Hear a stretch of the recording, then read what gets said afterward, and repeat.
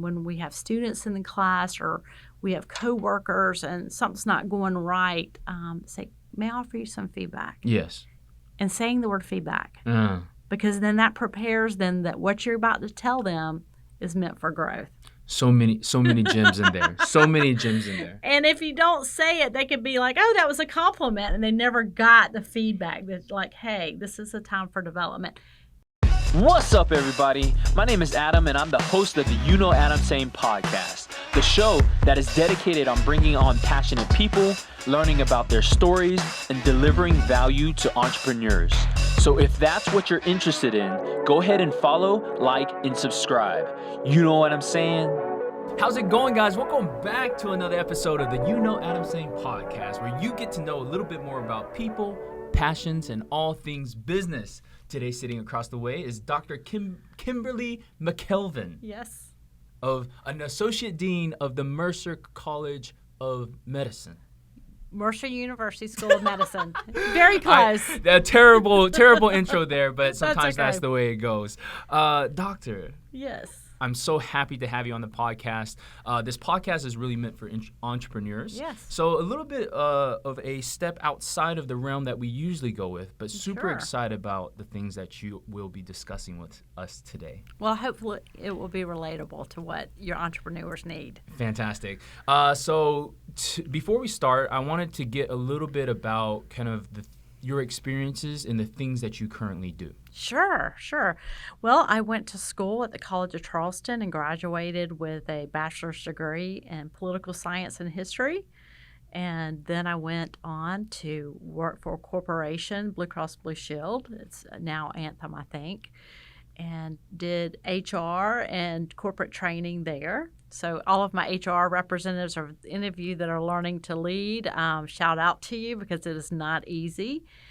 I really like teaching, so that part of speaking to others, helping others, I really enjoyed that. So I went on to get my master's in management.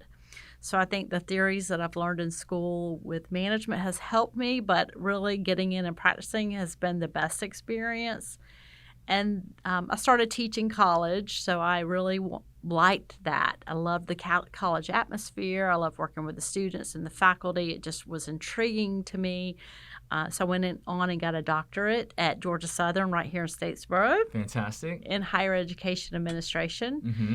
And I've gone on to work in the administration level at Columbus State University and taught leadership and management and all kinds of different things. And I've also consulted with corporations and companies that needed help. And now I have only been with Mercer for almost a year now at the School of Medicine, and I am Associate Dean for Faculty Affairs. We have 3 campuses, so I work with the faculty on the 3 campuses and helping them on their journey as they learn about getting promoted to associate professor or full professor or getting tenured. And with faculty affairs, you get a lot of development. How do you improve yourself? So I get to do a lot of these, not podcasts. This is my first. Yes. Glad to have you here. Also, problem solving and helping faculty or chairs redirect, trying to make sure that we're getting the most impact with our faculty and with our students. And it's a great job. It's always exciting. It's always a journey of learning. So that's kind of a little bit about me. That was probably too much. No, that's great. We have a lot of background. There's a lot of things to work through there. One of the things I wanted to bring up is the ever-changing climate of education. Yes. I think that in this day and age, things are happening all the time. And, what are you seeing? Because you're on the inside, right? You're seeing kind of like these students come through. Right. But what is the current state of the students that are coming through the schools? I think it's evolved a lot. And I think if you were to ask me, is there a value of education? Let's just take the bachelor's degree, the 4 years bachelor's degree. I would say there's a great value in it. It is not the end-all, be-all. It is not everyone's path. I think whenever you can learn what that path is, whether it's a technical school or learning a trade or learning whatever it is that you feel like get up in the morning, I have a purpose. sometimes higher education doesn't get you there. For me, it was life-changing. I think I knew early on that I wanted a different life, a different lifestyle, and I didn't have my parents didn't go to school. So looking at others on the outside and looking at what they achieved, they seemed to have a common thread that they had gotten an education. And so that was the route that I had taken. It wasn't easy. I had to pay my way through school, 3 jobs, Wow. a lot of times working 7 days a week. But for me, it was life-changing. I see the value of a lot of different things. What I see that we probably don't put as much stock in because we don't have the time. If we are working our craft and our passion like you right now, that how often do you sit back and reflect on yourself? And working that craft of you, whether it's building a skill that you can learn from a podcast or from something that is in a book or a YouTube, making yourself better. And it's just important to continue to work both paths, learning new skills and abilities and some hobbies along the way, but also working on you so that you actually continue to evolve. So lifetime learner. Absolutely. Love that. Yeah. Love being that. curious. There's something that jumped out at me when you were speaking earlier, and it was that you were working 3 jobs while going to college.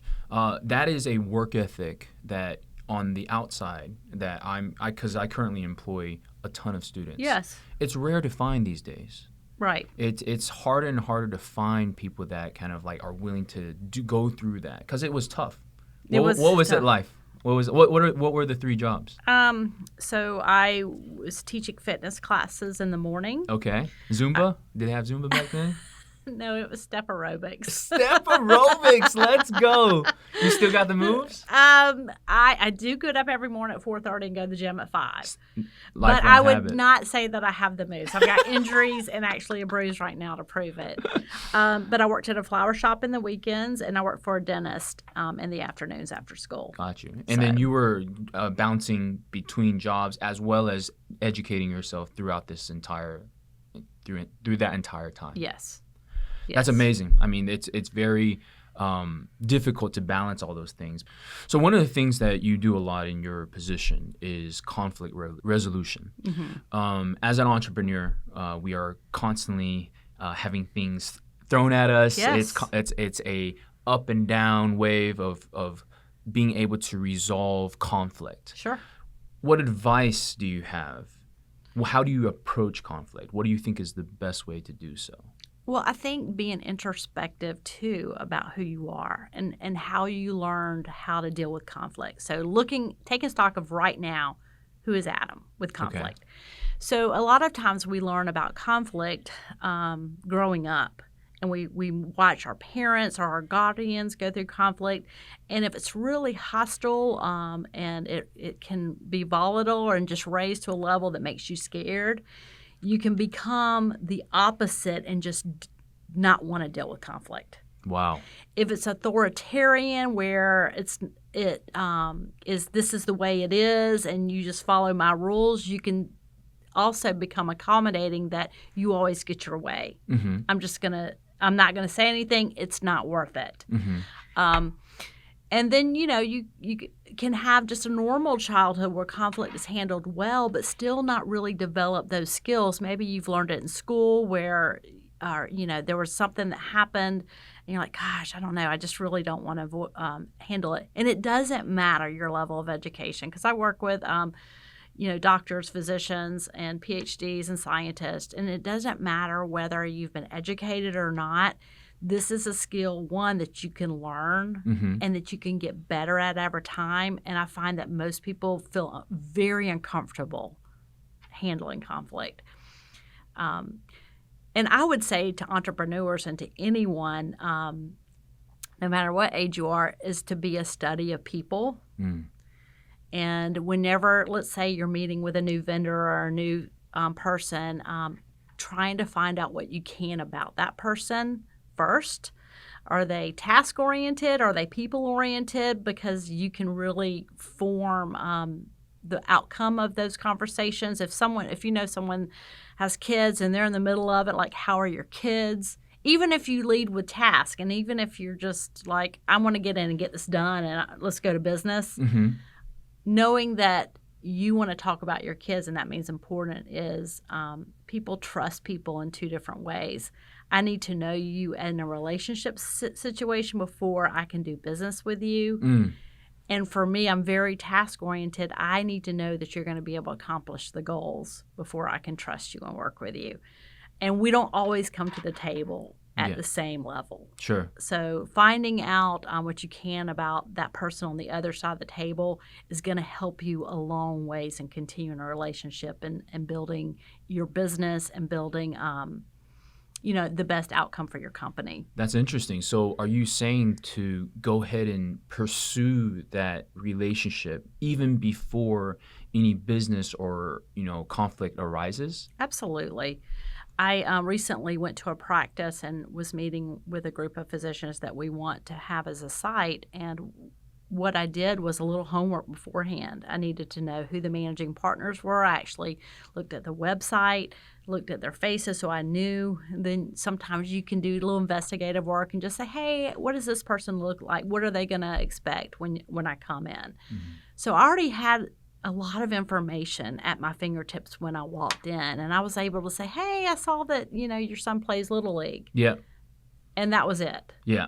I walked out and we got a lot of what we needed just by that prior homework. Yes. So let me ask you this, because as an employer, there are times when names come across the desk, resumes come across the desk, and as an employer, we start to pursue looking at their social media. Is their social media indicator of who they are as a person? Absolutely. So when you do that, when you kind of like go that path, being able to extract the important information that they care about and then talk to them and be able to connect with them on that level helps build that connection to resolve any sort of conflict that can come down the path. It can. And, some social media accounts are private, but I do know other people that have gone on the side and said, hey, will you be this friend or show me their social media? You can learn a lot about people and their social media. I would say as you want to grow your businesses, you want to really make sure that you protect your image. Because your image is going to be also what people decide, are they going to work for this company? Are they going to work for this type of person? So it helps you find out information, but it also lets people have an indication of who you are whole. And I hear, especially the younger generation, and I certainly do not want to be the police of social media. I know it's evolved so much that I am probably out of touch. I know people say I'm going to roll up on your DM, and I think I have an idea of what that is, but I'm not sure. People say, well, this is my private life. Sure. This is me in my private life, but if it's out on social media, it's really not private. And it really does give an indication of who you are as a whole. And when we hire someone, because when you go to work, you're there 8-10 hours a day, you're getting that whole person.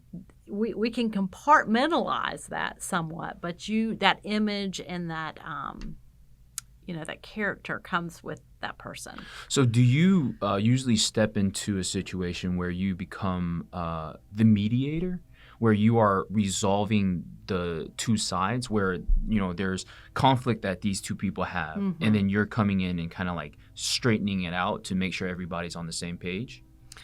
I have done that quite a bit. A lot of times I will get a manager or a supervisor that comes to me and says, hey, can you help me deal with this?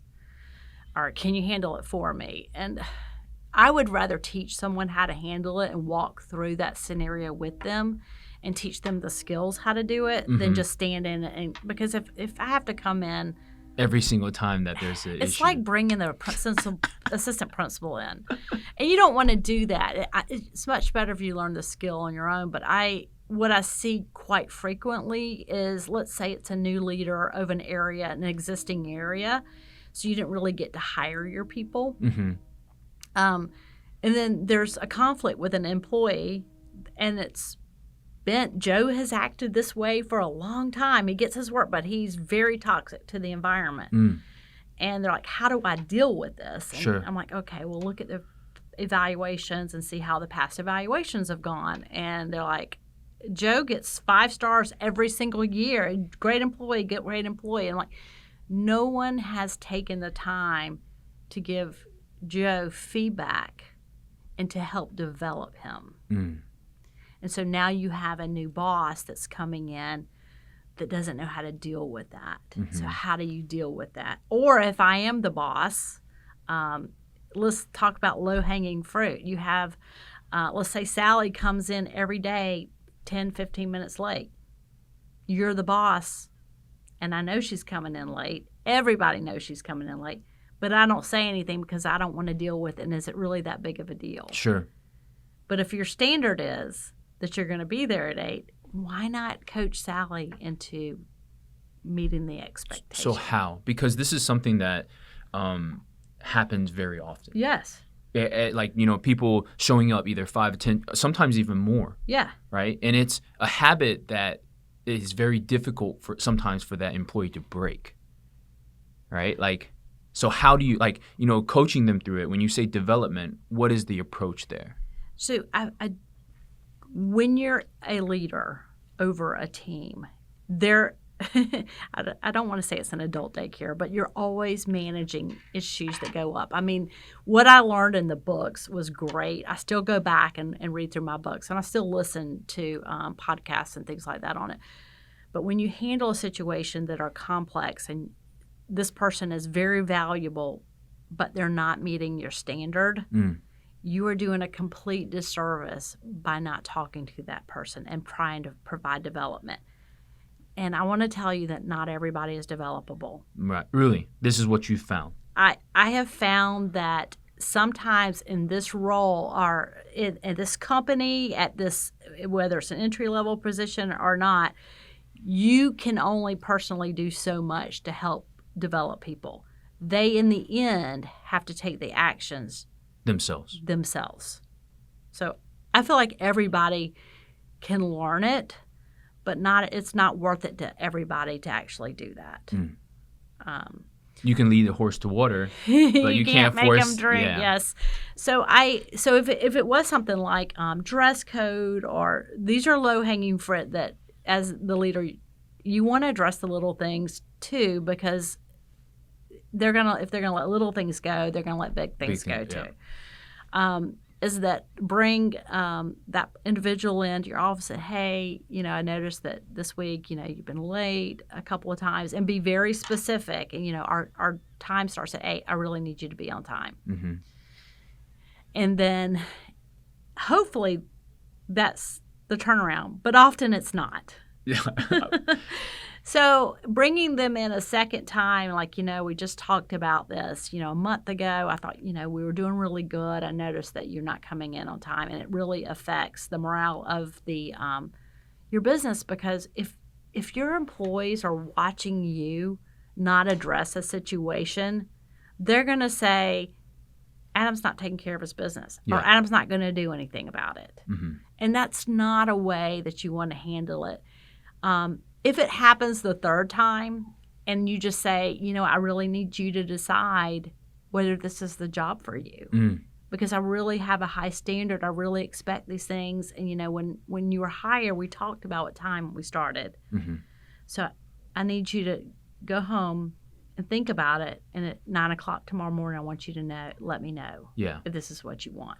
So in a lot of situations, that is a good way to handle it. But what happens if you don't have the labor force, right? Because that is something that is very prevalent in today's time period, where you don't have, if you had a list of employees behind, you could probably, say whatever you want. So how then do you continue to develop? Because, it exists in my organizations, right? Where we're disciplining, and you almost have to rely on that team member. Right? There's no other choice. Right. So, you can continue pouring until at some moment that it clicks, and hopefully it clicks earlier than later. Right. But, do you just try different methodologies? Are you, what do you think is the best?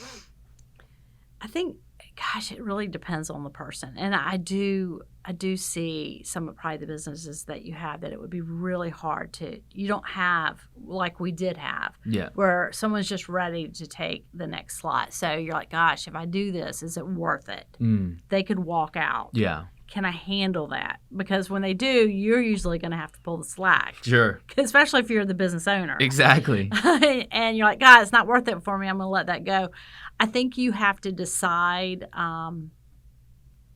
what you're willing to let go. But I think there needs to be consequences. If this person comes in late, they get the closing shifts or they get, docked pay. There has to be some kind of consequence. Otherwise, there's nothing in it for them to want to try to do better. Yeah, you telling me all the time you got to do better. There isn't anything there. So what about that discipline then? Is that discipline always is the disciplinary route the way to go? Because oftentimes, sitting down and speaking to someone, they'll tell you what you want to hear, right? They'll say, yeah, I'm last time. Yeah. And then it becomes another time, and it becomes another time. How do you hold them? I mean, accountability is important. And discipline, I hate, that sounds really bad. Extreme. But I would like to think of it as coaching. I want to help you because you're not probably going to be here forever. Sure. And in those next jobs that you have, this is a core concept of making your work credible. Sure. Is that you meet the deadline and you meet the guidelines that I've set. And, sometimes you really need to lean into that person and what's going on. And there may be a reason. I mean, if someone is meeting all of your standards all the time and something's happening, that's when it's a good time to get in there. Like, hey, is everything going okay? Is there anything that I can help? I've noticed, this and this, and being very specific in those behaviors. But at the end of the day, if there are no consequences, then you've basically said it's okay. And Inaction basically doesn't do anything for your organization, especially in terms of conflict. Right. Understood. So let's kind of change directions a little bit. You talk a lot about leadership and, the way to lead people. I think school prepares a lot of people for the basic information, but oftentimes I don't see leadership being one of those components.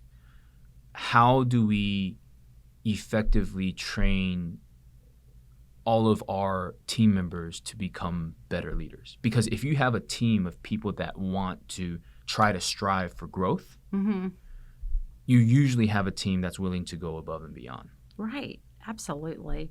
I think leadership can come in different forms. Leadership can be a position. Just because I'm the associate dean, I mean, that's my role. I have positional power.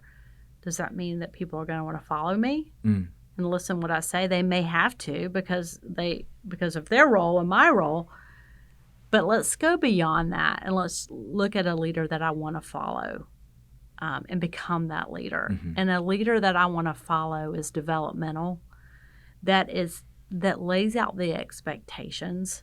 And that the clear expectations that we have a goal. Let's say that it's a night, it's the holidays, and people are coming into one of your restaurants, and it's going to be busy. You can do a quick huddle and say, look, it's going to be really busy. It's a busy time. I mean, people's attitudes change during the holidays. People, especially with food, probably get a little more upset. I mean, but here's how I want to handle these next few weeks. And we're all going to be in our top game. If you find, and giving them your expectations and then asking, is there anything you need? Love that. And this is a short period of time. The more that I can bring you together as a team, don't do it through email. It doesn't work? Leadership through email is passive. They need to see you say it. If you're working with a team that's across the country and you're an entrepreneur and you're like, team huddle on Zoom or whatever platform you use and say, here's what my expectations are. When you voice your expectations, and you have to say the word, here are my expectations. Mm-hmm.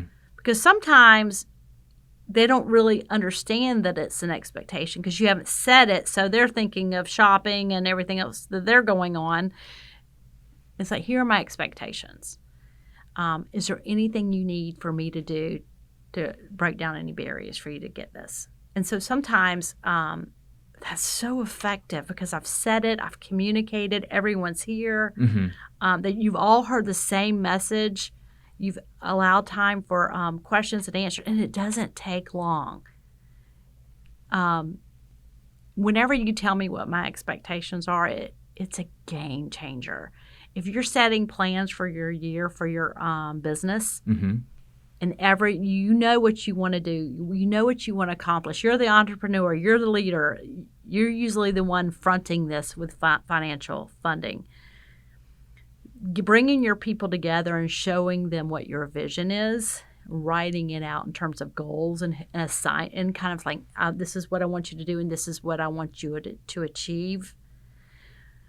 Strategic planning, and that is another form of communication and checking in on those goals. I feel like I'm learning so much because even myself, I am very much like, in a position of leadership. Yes. But, in terms of clarity of, what's on the horizon, because they are businesses that already run, I don't think I've provided enough clarity. And I think that that's what you're speaking to is providing that expectation and saying it to the team and saying, hey, this is how we are going to move forward. Absolutely. It's powerful. And providing feedback to your employees. The best thing, and I will tell you this morning, I was at the gym and it was 5 a.m. and we were doing glutes, and I was like, oh my, I was dragging. Anyway, the coach came over and said, here's what I need you to do. You're not in the right position. And so my back was hurting. We were working with glutes. My back shouldn't be hurting. Okay. And his just direction and feedback made a tremendous difference with just saying, let me offer you some feedback. Yeah. And I thought of that so many times when we have students in the class or we have coworkers and something's not going right. Say, may I offer you some feedback? Yes. And saying the word feedback. Because then that prepares them that what you're about to tell them is meant for growth. So many gems in there. So many gems in there. And if you don't say it, they could be like, oh, that was a compliment. And they never got the feedback that's like, hey, this is a time for development. Not everyone's in a season to be developed either. So how do you open them? Because, one thing that I've experienced is, I will start, saying things and, trying to, and I'm not really titling it. I think what's effective about your communication is you're saying this is feedback. This is my expectation, and then going into it. I'm quite the opposite. I'm like, these things are wrong. These are the things that are incorrect. And then it gets taken in a way where it becomes criticism. Yeah. So being able to label it saying, hey, can I offer you some feedback? Or may I offer you some feedback? Basically allows that door to be open and that communication to actually happen. I really hear what you're saying. The way that your approach is what I see a lot in entrepreneurs and in leaders. And it's not a bad approach, but let's tweak it some. Because when I'm in and you work in a fast-paced environment where things have to happen quickly, and you only have a little bit of time to get that information out. But, saying these are the things I need, are we listening? Are we all in a huddle together? It could be very authoritative, and if it's not a two-way street where I can have any dialogue, I may not be receptive to it. So I think it depends on your timeline too, because if you're just coming in and something's changed or something's off the menu, or you have to be flexible, so you have to say those things. Maybe at the end having a group huddle and say, hey, what went right? What do you think we could have improved? Because the people on the floor and that are working in your industries can give you a lot of room 100%. for feedback, for growth. 100%. And we deal with physicians. I mean, if it's life or death, sometimes you have to bark those orders out. If there's not a lot of time, you've got to say what we got to do because it's so critical. So timing is really important. And then if something didn't go well, let everybody provide, a way forward. So you get really invested when you get to be part of the problem solving and the solution, and not event session. Event session. Therapy. You give a little bit of time, say, okay, vent, and we're done. Yeah. Now let's find a solution. So you work with a lot of, I guess, managers, right? Like in terms of kind of like helping them get to that point. What do you see as a lot of mistakes that managers make? Conflict avoidance. I think I see some people that are tapped into, hey, I need you to take over this role. And they know the work. Mm-hmm. They're really good at the work, which is why they were tapped. But they have not built their toolkit yet for how to lead a team. Love that. They haven't built their teamwork, like how to run a meeting efficiently and to not waste time. And what if someone gets sidetracked and goes on forever in the meeting? You're like, we've lost it. Or the paperwork or the policies that come in. And you really have to change to start building that toolkit as well. Just because you're a good employee doesn't make you a good manager. Yeah, and I have some that say, oh, I'm going to be the chair of this department, or I want to be this person. And they think about the prestige that comes with the title and probably the extra paycheck, but they don't realize when you get into it that running a team is difficult. People are difficult, and no two people are alike. What happened, what was successful with this person, you've got to really re-engineer it for this person. Yeah. That's great advice. I think, oftentimes because we are like, in the restaurant specifically, I'm constantly pulling people up to step into management. Right. But a lot of times it's a completely different skill set, right? It is. Because they are great at their job, you pull them into management and they don't know that management side. So you not only just lost your best employee, right, that's on the floor, you also haven't effectively developed that person. How much time do you think it takes to develop someone to get them ready for management? I think it depends on the person, but I think they need feedback along the way and really timely feedback. Your annual evaluation should never be a surprise. I may reiterate some things that we've talked about throughout the year, but when you notice something wrong, and it's not just something subtle, but something like, this is going to affect my outcome. This isn't working right. Give them the feedback then. Yeah. Let them develop. I have so many people like, I really want them to like me, so I'm not going to give the feedback. See that or too. I say it in a joking way, and they don't understand that I'm being serious about the feedback. I would like to provide you some feedback. Let's spend some time after work, just 10 minutes. Mm-hmm. What went wrong? Make it a dialogue. I learn best when I'm not being told what I did wrong. What do you think went wrong? What do you think you could have done better? The evaluation should never be a surprise. That's a gem right there. Yeah. Because oftentimes I think that conflict gets pushed to the point where, this is the time where I can say everything. I'm going to write down. Keep a file, write it down. Yes. And then they sit down, they're like confused because, I thought that I was doing, the employee's like, I thought I was doing everything correctly. Right. That's fascinating. For you, how do you think things have shifted in terms of kind of like management employees in this current age? I think what I see more is something that we just weren't used to before is that work-life balance. I feel like that's always been a thing, especially if you have families. How do you balance it all? I feel like that's been a thing, but I feel like the newer employees want to work remotely some, or they want to do this, or they really want time off. And you're just like having to reimagine how you do work. I mean, we work at the medical school. We're there every day. It's not a remote job. We have students in classes and faculty in classes. So I think you have to see where you can make changes in your business industry to match what that new philosophy is, work-life balance, because it's definitely different than I've got to be a mom and I got to be home and feed the kids and take.